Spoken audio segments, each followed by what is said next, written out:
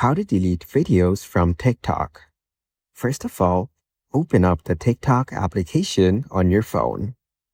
You will then be taken to the TikTok homepage. Here, you can explore and view TikTok Reels. On this page, go over to the bottom panel and tap on your profile. Here, you can view and edit your profile information. Go to your feed and open the video you want to delete. Now tap on the share icon on the right side as shown.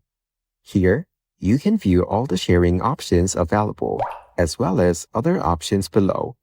Swipe left and tap on the delete icon. Tap on delete again to confirm. You have now successfully deleted this video. Following these steps, you can easily delete videos from TikTok. Thank you for watching. Please leave a like if this tutorial helped you, or leave a comment below if you have any questions related to the video.